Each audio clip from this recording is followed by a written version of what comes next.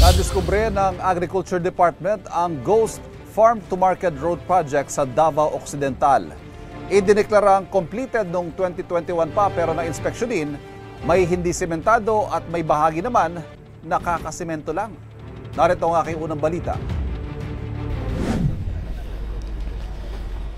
Batay sa record, 2021 patapos ang Farm to Market Road na ito sa Davao Occidental.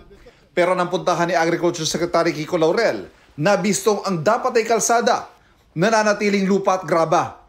Sa pag-usad nila sa isang bahagi ito naman, kitang-kitang kakabuhos lang ng semento. Ilang araw pa lang itong tapos ayon sa mga taga roon. Ilang araw lang. Dapat kasi 2021 pa ito tapos eh. Sinukat din nilang kapal ng semento.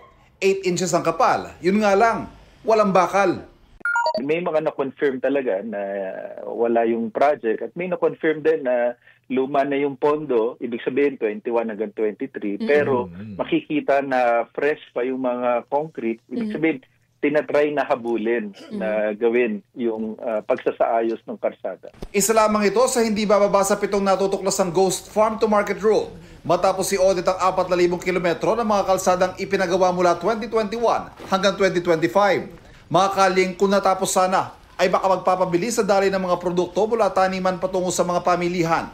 Makakatulong sa pagpapababa ng presyo at makapagbibigay ng mas magandang kita sa mga magsasaka. Dahil sa nabisto, babaguhin na ang kasalukuyang sistema na Department of Public Works and Highways o DPWH ang magpapatupad ng mga proyekto katuwang ang pribadong kontraktor. Sa halip, Agriculture Department na mangangasiwa ng construction ng mga farm-to-market road. Suportado ito ng DPWH.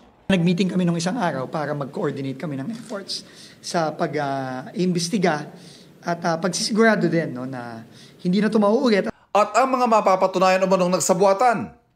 Matatanggal sa trabaho, kakasuhan, makukulong, babawiin natin, pati yung mga ari-arian nila.